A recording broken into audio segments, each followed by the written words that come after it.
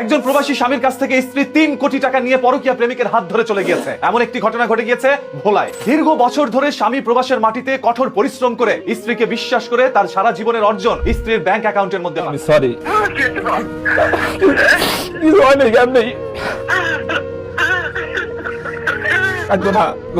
ভুল করছিস, সব মাফ করে সামনে টাকা বা পিছিয়ে টাকা বানা।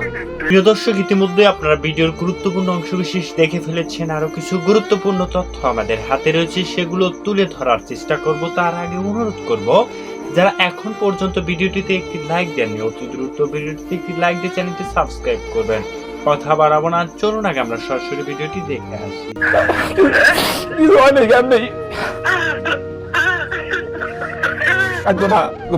ভুল করছিস, সব মাফ করে সামনে টাকা বা পিছিয়ে টাকা বানা।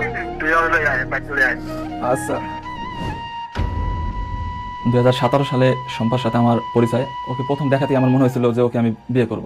এই চিন্তাধারা থেকে তার সম্পর্কে আমি বিভিন্নভাবে খোঁজ খবর নিয়েছি। সম্পর্ক যখন গাড়াইছে, তারপরে যাচ্ছে আমরা 18 সালের জুলাই মাসের 17 তারিখে আমাদের কাবিন সম্পন্ন করি। আমরা দুজনেই কাউকে না জানাই গোপনে। পারিবারিকভাবে কেন জানালেন? আমাদের একটা চিন্তা ছিল যে আমরা কাবিনটা করে রাখি, ফ্যামিলিগতভাবে আমাদের পরবর্তীতে জানাই ফ্যামিলি ভাবে একটা অনুষ্ঠান করব। এটা আর কি আমাদের চিন্তা ছিল। এরপরে আস্তে আস্তে সময় পার হলো, 2019 সাল চলে আসলো। পরে ও আর কি হঠাৎ করে একদিনকে রাত্রে 11টার দিকে অসুস্থ হয়ে পড়ে। তখনও আপনার পরিবার থেকে জানতো না, তখন ওর পরিবারও তখন জানতো না।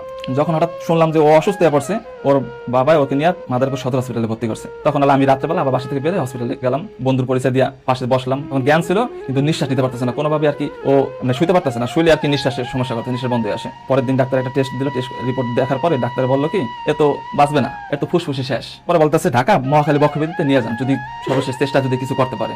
তার বক্ষব্যাধিতে ভর্তি করলো, পরবর্তীতে অপারেশন করে। মানে যখন অপারেশন হবে তখন আমার আব্বু আম্মু ভাই ছিল। আসলে কি আমি আব্বু আমি বাঁচবো কিনা আমি জানি না, আল্লাহ যদি হায়াত দেয় আমি বাঁচবো, কিন্তু তোমাদের মাঝে আমি অনেক বড় একটা ভুল কাজ করছি। কি করছো? আমি কি রাসেল কিন্তু আমার বন্ধু না। কি হয় রাসেল তোমার? রাসেলের কিন্তু আমি বিয়ে করছি বাবা, প্রায় 1 বছর 4 মাস চলে।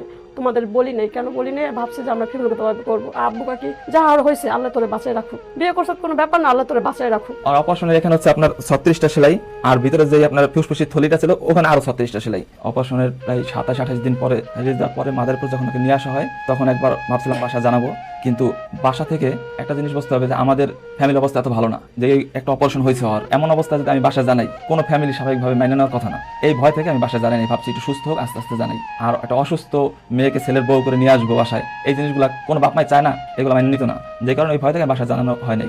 তারপর 2019 সাল, তখন আমি প্রেগনেন্ট ছিলাম, বাবুর বয়স চলে 4 মাস। ধীরে ধীরে মানে আমার বাচ্চার বয়সটা বাড়তে থাকে। এরপরে এই টেনশন করতে করতে প্রায় বাচ্চা হওয়ার সময় হয়ে এলো। এদিকে শ্বশুর বাড়ি থেকে মানে আমার বাড়িতে জানাইতে চেয়েছিল, কিন্তু তখন আমি ভয় পেতেছিলাম যে ওই পিসের ভয়টা আবার কাজ করতেছে, এই সমস্যা নিয়ে আমার বাড়িতে মাইনে নিবে, এটা কারো বাড়িতে মাইনে নেওয়াটা সম্ভব না। আর আমার ওই ভয়টা কাজ করতেছিল যে এই অবস্থা যদি জানাই তখন তো না জানি অন্য কোনো ব্যবস্থা নেই, এটা ছাইড়া দেওয়া লাগে, এই ভয়ের থেকে আমি জানাইতে মানা করছি। এরপরে যখন বাচ্চা হওয়ার সময় হয়ে গেল, তখন ডাক্তার তো বলছিল এর বাচ্চা হওয়ার সময়, সিজারের সময় একে কোনো মতেই জেলা শহরে রাখা যাবে না, এমন কোনো হসপিটালে একে রাখতে পারবেন না যেখানে আইসিইউ নাই। সেক্ষেত্রে আমি তারপর ঢাকা নিয়ে আসলাম, তখন আমি বাসা জানাই নাই। আমি একটা চাকরির কথা বলে বাসা থেকে বের হয়েছি, ঢাকা এসে হচ্ছে আমি ঢাকা মেডিকেলে নিলাম, নেওয়ার পরে আইসিইউ রেডি রাখলো, আইসিইউ প্রস্তুত রাখা, এরপর সিজার কমপ্লিট করলো। সরকারি হসপিটালে হিসেবে খুব ভালো সার্ভিস দিচ্ছে, সুস্থ মতো আমার বাচ্চা হয়েছে। তো বাচ্চাটা হওয়ার আগ পর্যন্ত অনেক টেনশন ছিল যে এখন পর্যন্ত বাসা জানে না আমি কিভাবে কি করবো, কিন্তু বাচ্চা হওয়ার পরে ওর মুখটা যখন আমি দেখছি তখন আর কোনো টেনশন নেই। তখন মনে হইতেছে যে আমি সব ম্যানেজ করতে পারবো। আমার ওই সব বাচ্চা দেখার পরে আমার মন মানে পুরো চেঞ্জ হয়ে গেছে। ভাবিতে ছিল কোনো ভয় নাই যে আমার যদি মাইনে না নেয় আমি আমার মতো করে চলবো, এরকম কাজ করছে তখন। এরপরে আমি আমার নানুকে ফোন দিলাম, নানুর কাছে সব খুলে বলার পরে নানু প্রথম ব্যাপারটা শোনার পরে একটু হতম হয়ে গেছে যে এরকম ব্যাপারগুলো লক্ষে 2-1টা, বাচ্চা হওয়ার পর বাসা জানে এই ব্যাপারটা লাখে 2-1টা। তারপর নানু, ছোট মামা, মেজো মামা সবাইকে নিয়ে ম্যানেজ করে আমার বাসা গেল। ওই রাত্রি আমার বাবা মার কাছে সবকিছু খুলে বললো। আমি তখন ঢাকায়, খুলে বলার পর মাইনা তো নিবেই না, কোনো মতে মাইনে নিবে না, হ্যাঁ কোনো মতে সে মাইনে নিবে না, এগুলো সম্ভব না মাইনে নেওয়া। এরপরে হসপিটাল থেকে আমার স্ত্রী যখন রিলিজ করলো 3 দিন পরে মাদারীপুর আসলাম, আমার বাচ্চাকে ওর সাথে ওর বাড়িতে রাখলাম। রাখার পর আমি আমার ছোট খালার বাসায় গেলাম, বাসায় যাবার ছোট খালায় আমার বাড়িতে উঠে দিয়েছে। জাস্ট এতটুকু বলছে যে যাওয়ার হয়েছে, ওর সাথে কোনো চিল্লাচিল্লি না করে, মানে আমার সাথে জানি কোনো রাগারাগি না করে, এই পন্থী থাক। আমি বাড়িতে যাওয়ার পর আমার সাথে কোনো রাগারাগি করে নাই, বাবা বাবার মতো রয়েছে, আমি আমার মতো। আমাকে কিছু বলছে না, কিন্তু আমার বউ বাচ্চা বাসায় উঠাইবে না, কারণ আমাকে আমার নানু, ছোট খালা এরা বুঝে দিয়ে গেছে, যে কারণে আমাকে কিছু বলতে পারতেছে না, কিন্তু আমার বউ বাচ্চা তারা মেনে নিবে না। এভাবে করতে করতে প্রায় 10 মাস কেটে যায়। এখন আমার অবস্থা এমন তখন যে আমি তো বেকার, আমার কাছে কোনো টাকা পয়সা নাই। শেষে আমার এক ফুফাতো ভাই আমার বউ বাচ্চাকে নিয়ে আমার বাড়িতে উঠাই দেয়। তখন আমার বাবার সাথে অনেক রাগারাগি কইরা আমার বাড়িতে রাখছে। 10 মাস পর বাড়িতে উঠাইতে পারছি, কিন্তু আমার বাবা তখন তো আমাদের সাথে কথা বলতেছে না, সে তো রাগ। আমার বাচ্চাকে নিয়ে যখন আমার বাবার কোলে রাখা হয়েছে, বাবার এমন পরিস্থিতি সে আর কি মানে বাচ্চাকে ধরতে পারছে না, হাত ছেড়ে দিয়ে দাঁড়িয়ে মানে বসে রয়েছে, ধরবে না।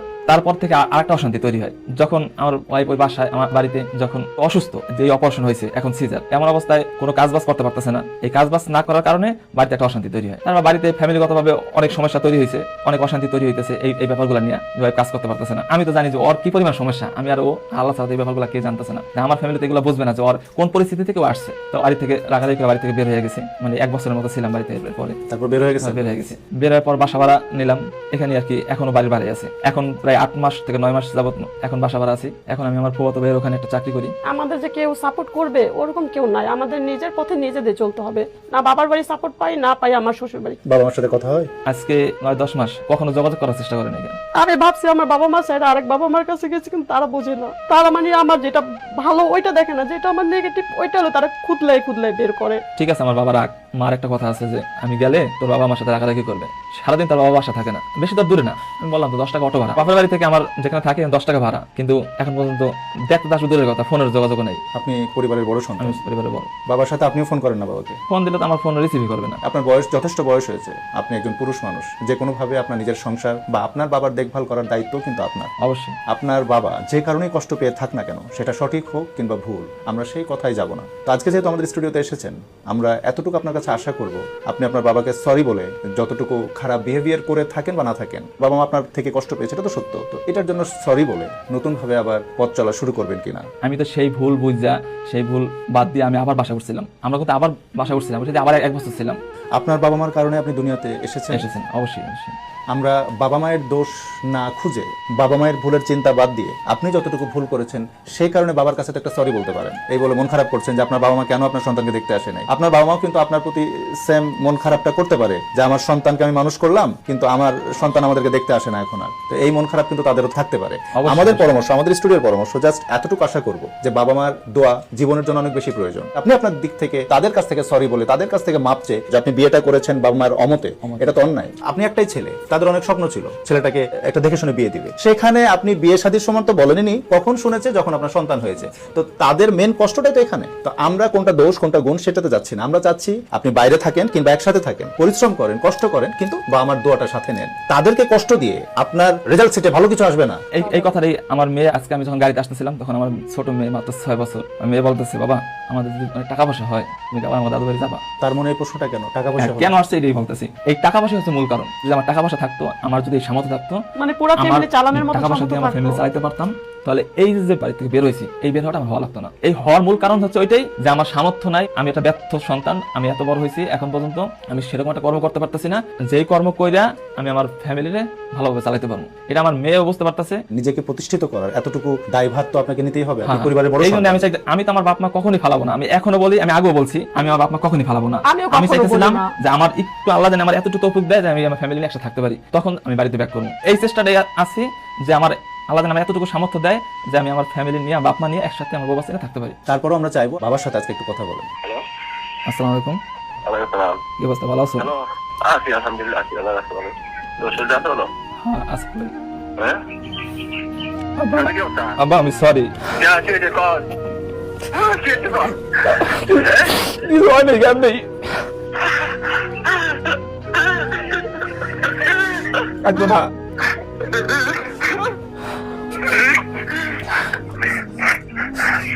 কি অবস্থা, তোমার শরীরটা আছে ভালো? আচ্ছা আল্লাহ রাখতে হবে। আজকে তোমার নাতি কি কয় জানো, কয় কি বাবা তোমার টাকা পেলে দাদু বাড়িতে যাইও।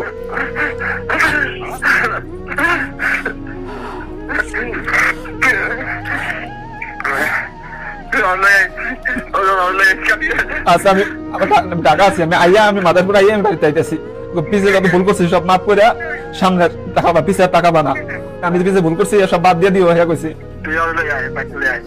আচ্ছা আমরা আশা করব আজকের পর থেকে ওনারা আবার একসাথে থাকতে পারবেন এবং আপনার কাজেও উন্নতি হবে। আর এখান থেকে যেই আপনি কথা দেন বাসায় যাবেন। হ্যাঁ, অবশ্যই বাসা যাবো, মাদারপুর যাই আগে আমি বাসা যাবো। আপনার পরিবারের সুখ ফিরে আসুক, শান্তি ফিরে আসুক। আমি আল্লাহকে সবসময় বলি, আল্লাহ আমার শ্বশুর শাশুড়ি মানে একসাথে থাকার জন্য তুমি অতটুকু তৌফিক দাও জানি আমরা যেন একসাথে থাকতে পারি। প্রায় 8 থেকে 9 মাস পর বাবার সাথে কথা বললেন এবং কি ধরনের একটা পরিবেশ আমাদের স্টুডিওতে সৃষ্টি হয়েছিল এটা আপনারা দেখলেন। আমরা চাই বাবা ছেলের যে সম্পর্ক সেই সম্পর্ক আগের মতো ফিরে আসুক। বাবা আমার যেহেতু বড় সন্তান তারও দায়িত্ব আছে বাবা মার প্রতি, বাবা মাকে দেখভাল করতে হবে, যেমন স্ত্রী সন্তানকে দেখভাল করবেন আপনার বাবা মাকে আপনাকে দেখভাল করতে হবে। তো আপনার জন্য শুভকামনা, আপনার জীবনে শান্তি ফিরে আসুক, আপনি সুন্দরভাবে নিজের কর্মক্ষেত্রে মনোযোগ দিয়ে কাজ করেন, ইনশাল্লাহ সামনে ভালো দিন আসবে। আজ একজন প্রবাসী স্বামীর কাছ থেকে স্ত্রী 3 কোটি টাকা নিয়ে পরকীয়া প্রেমিকের হাত ধরে চলে গিয়েছে। এমন একটি ঘটনা ঘটে গিয়েছে ভোলায়। দীর্ঘ বছর ধরে স্বামী প্রবাসের মাটিতে কঠোর পরিশ্রম করে স্ত্রীকে বিশ্বাস করে তার সারা জীবনের অর্জন স্ত্রীর ব্যাংক অ্যাকাউন্টের মধ্যে পাঠায়, তার নামে বাড়ি গাড়ি সবকিছু করে দেয়। সেই প্রবাসী বাপ্পি মিয়ার দাবি,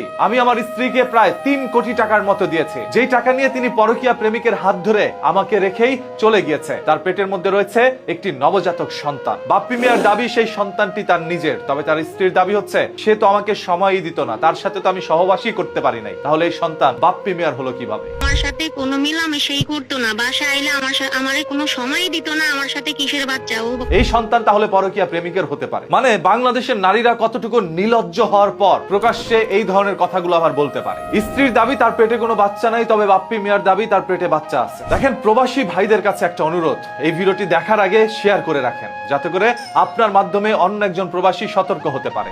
একজন প্রবাসী তার স্ত্রী সন্তানকে খুশি রাখার জন্য সারাটা জীবন বিসর্জন দিয়ে দিতে পারে, আর সেই প্রবাসীর কষ্টের উপার্জিত টাকাটা যখন বিশ্বাস করে তার স্ত্রীর হাতে দিল, তখন স্ত্রী সেই টাকা খরচ করে পরকীয়া প্রেম করত। ঘরের মধ্যে প্রতিদিন সে পরকীয়া প্রেমিককে নিয়ে আসতো, তারা মনোরঞ্জনের কাজে ব্যস্ত থাকতো, অন্যদিকে স্বামীর শরীর থেকে যেন রক্ত যেন ঘামে পরিণত হয়ে মাটিতে পড়তো।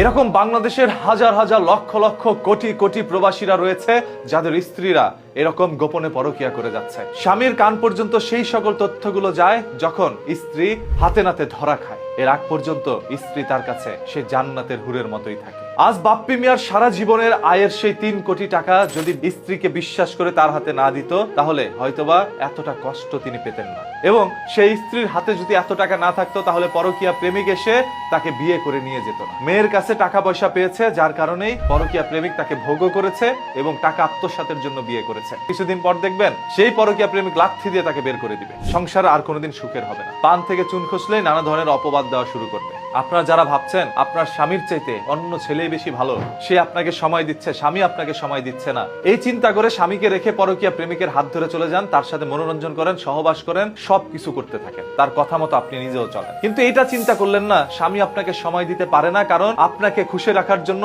আপনাকে সুখে রাখার জন্য স্বামী তার সারাটা জীবন ত্যাগ করে যাচ্ছেন, বিসর্জন দিয়ে দিচ্ছেন একটি জীবন। সেই চিন্তা না করে কে আপনাকে সময় দিতে পারলো সেদিকে আপনি চিন্তা করলেন। সে আপনাকে তো সময় দিতে পারছে এই কারণে, কারণ ফ্রিতে পাইলে বাঙালি আলকাতরা শরীরে লাগায়, আর সেখানে সে তো একটা পুরো আস্থা মহিলা পেয়ে গেছে, তাকে তো ভোগ করবেই, ভোগও করছে, টাকাও পাচ্ছে। সেই বেচারা সময় আপনাকে দিবে না তো কাকে দিবে? যখন আবার সে আপনার স্বামী হবে তখন আবার আপনাকে সময় দিবেন, আপনি আবার পরকীয়া প্রেমিক খুঁজতে হবে। স্বামীরা সহজে স্ত্রীকে সময় দিতে পারে না। বর্তমান সময় বেঁচে থাকাই কষ্ট, সেখানে 10টা টাকা ইনকাম করতে কতটা কষ্ট হয় সেটা একমাত্র একজন পুরুষ জানে, ঘরে বসে সে মহিলা জানবে না। বর্তমানে তো ঘরেই মহিলাদেরকে রাখা যাচ্ছে না, পরকীয়ার প্রেমে লিপ্ত হচ্ছে, স্বামীকে রেখে চলে যাচ্ছে বাচ্চা কাচ্চা রেখে। সেখানে স্ত্রীকে যদি আপনি বাজারে পাঠান, তাহলে বাজার থেকে যে কতটুকু ভালো অবস্থায় ফিরে আসবে সেটা একটু চিন্তা করে দেখ। এখন আবার সুশীল সমাজের অশ্লীল নারীদের মনের মধ্যে কষ্ট লাগতে পারে, কারণ কথাটা তাদের বিরুদ্ধে চলে গেছে। যাই হোক, সর্বশেষ এই ভিডিওটি প্রবাসী ভাই